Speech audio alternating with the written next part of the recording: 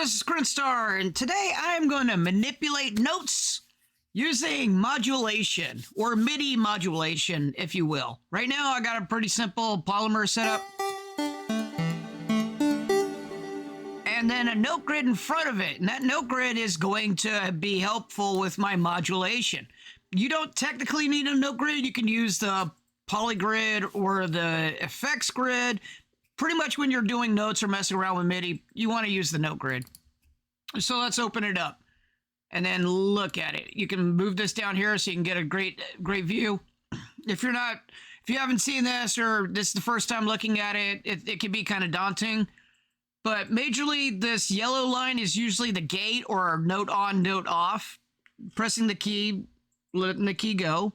This is the note value. So what octave, C through, was it C through B?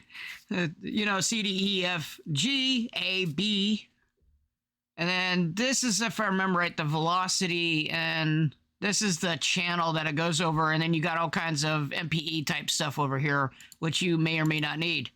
So you can just close off. Okay, so one of the greatest things about this grid is the ability to kind of mess with stuff. So you saw that this orange line right here is where you can alter the note pitch. And so you can do a whole bunch of things with it. So let's disconnect it and let's keep the gate on. And then what I want to do is I kind of want to do something, not math. We want values. And we want to use, I think, the level. And the level is kind of cool because it's kind of like a static value. And I think it's centered, so you can go down and you can go up.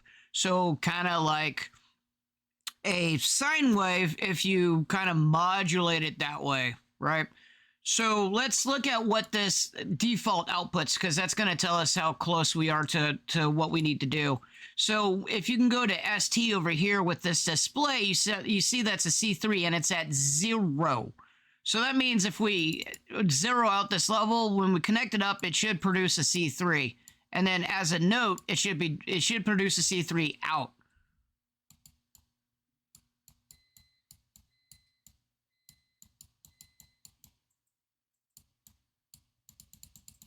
So it looks like it's sitting out at a C13 for 120. That's kind of wild.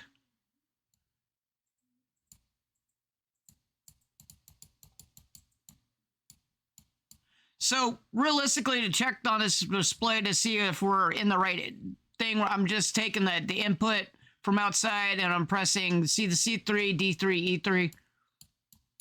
And whatever I press, so I'm pressing F3 right now on the keyboard, 3, D right there. And if I can go up to the C4s right there, and it's showing the number here and then the pitch here. So basically, this decibel right here looks like it goes a bit high.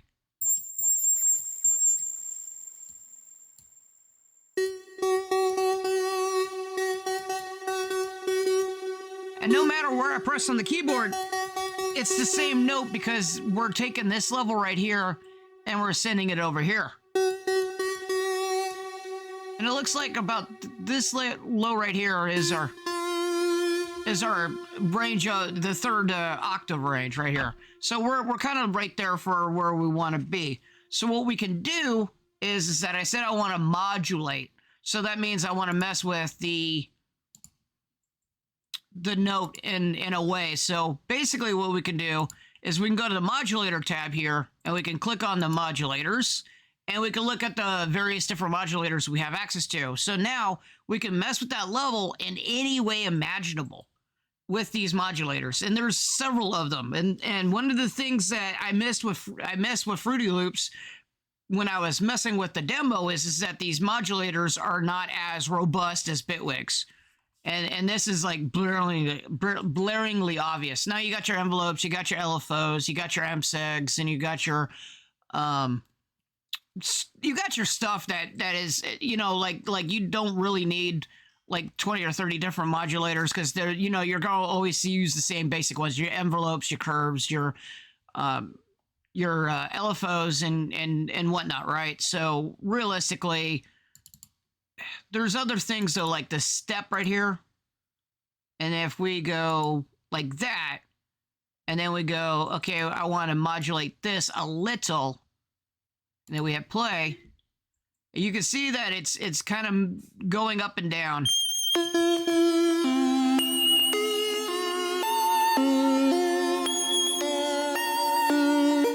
Now these go a little bit high, and realistically, I probably want to move it down a bit because a little goes a long way.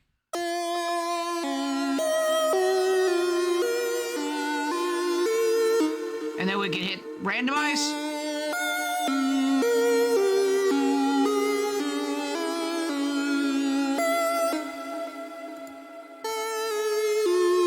And then we got our own kind of riff making tool, or some type of tool that makes kind of up and down type of melodies, or note playing. The only problem is that I gotta manually hit B, right? So that's not an issue. Remember I said that we have a gate up here. So if we take the gate off and go to either not, oh, here we go, gates. We don't necessarily have to use this one. It's just the one that I like. All right, now the thing is not running because we're not pressing anything.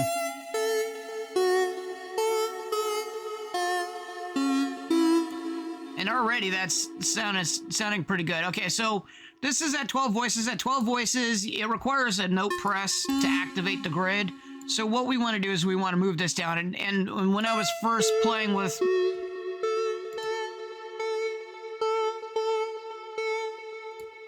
And when I was first playing around with Bitwig, that really infuriated me that I couldn't get this grid to run without turning this off. But, I mean, I've messed with it a lot, so...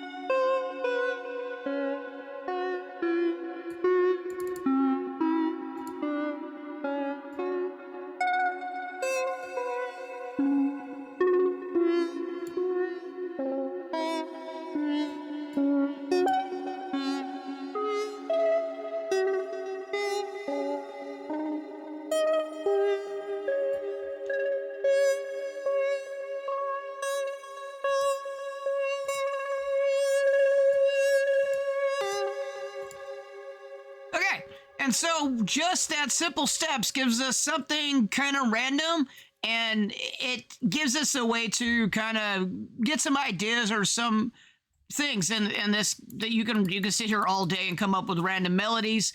Of course, the notes are within the gates here, and you can turn on and off.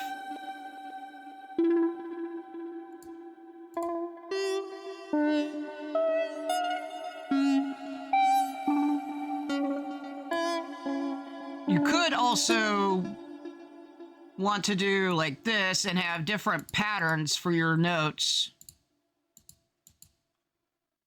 And then get into either the mix. Yeah, select in.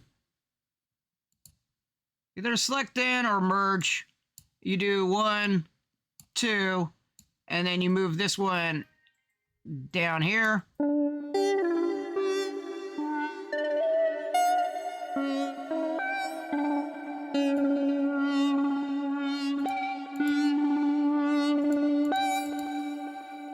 This little yellow right there is to tell you which one it's going to pick. So we want to kind of randomize it a little bit. So we're going to go random. We're going to go probably dice.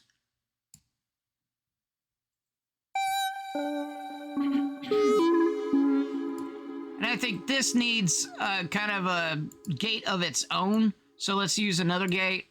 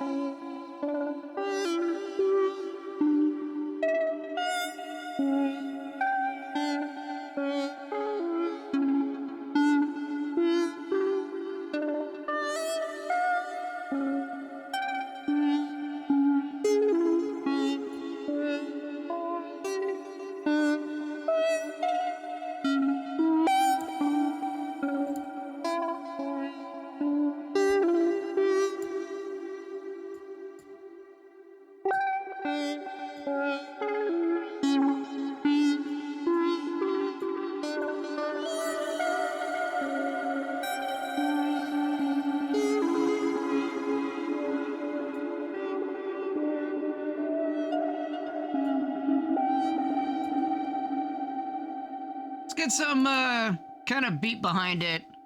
I'm gonna take the easy route out. I'm gonna grab something maybe cozy.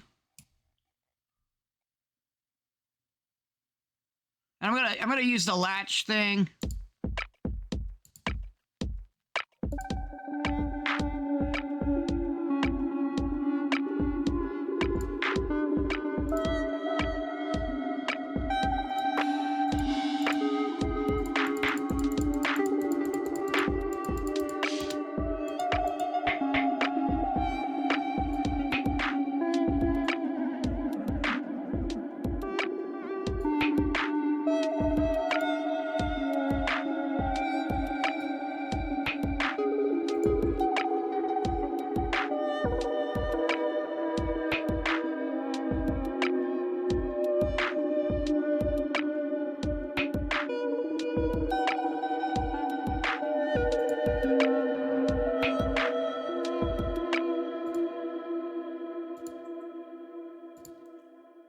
Kind of doesn't fit.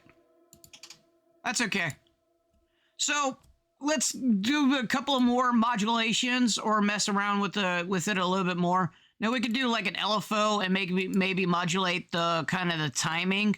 And this is gonna make it really wild.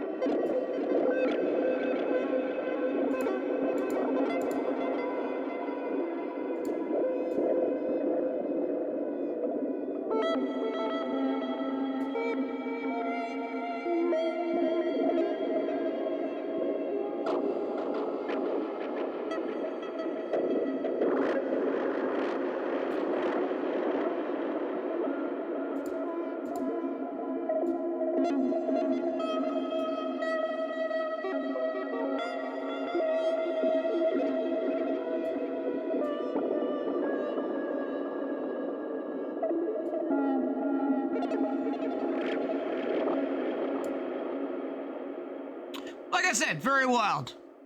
Although that one we don't have to stick with that one. We can modulate something else, maybe on how much it affects.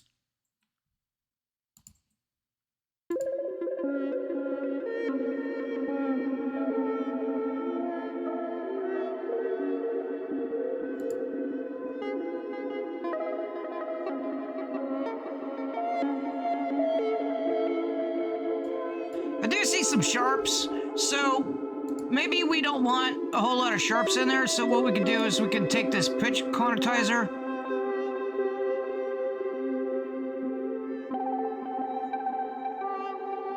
And as you can see, the ones that are lit up red are the only ones that are allowed through. So it kind of quantizes our keys and allows it to get into that range. And it can do it over a scale.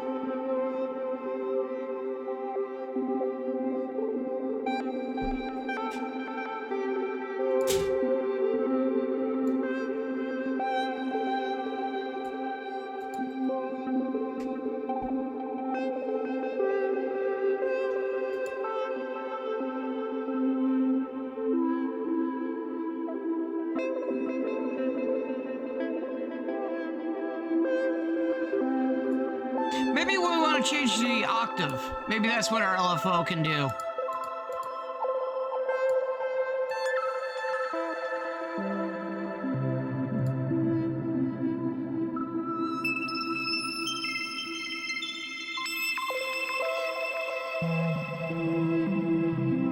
Dang, that's actually almost nice.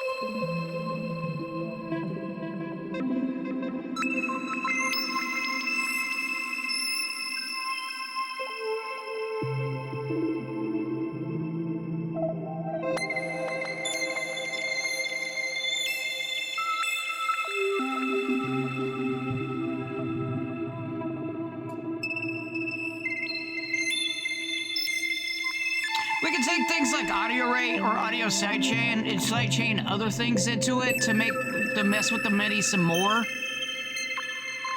Key tracking, if you want to kind of play with your keyboard and mess with it a bit. There's all kinds of things in here. You can mess with some maths. You can have a step thing and then have it reset.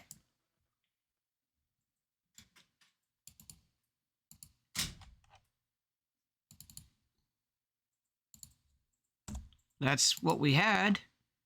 I'm thinking a counter. Forgetting what it's called.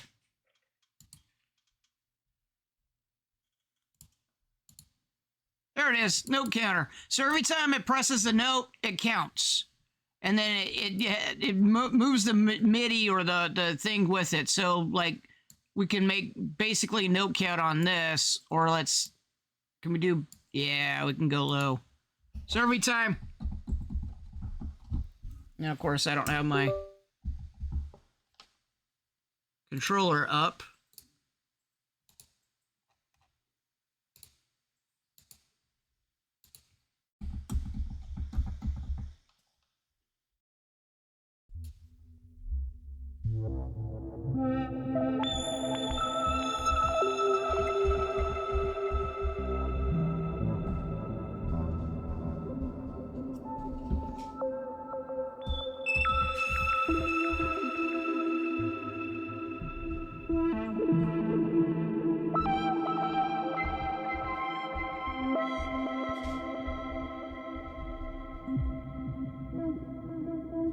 Kind of hard to tell, but it's affecting it. I was hoping that it would show in the display, but it's not.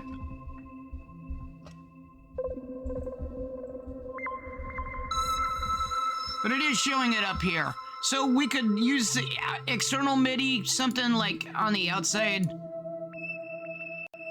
like out here, that we could send MIDI notes in, and every time we can have something customized that says, I want to put a note here, note here.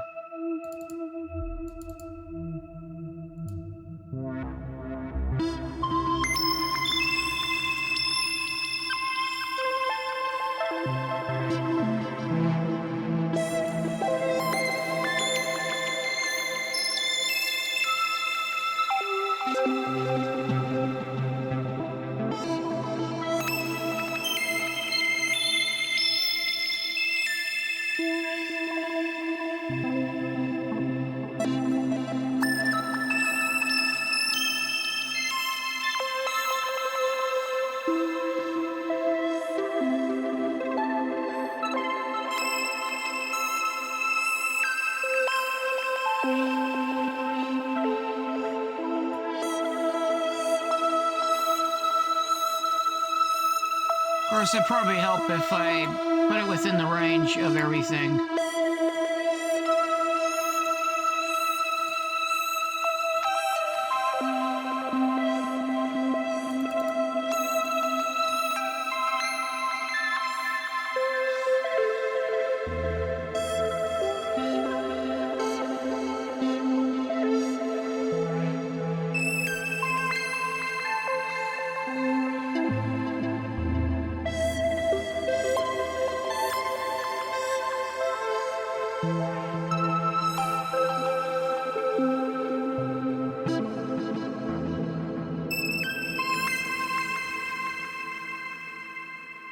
I caught it off the note. Not bad for generative music and in controllable generative music.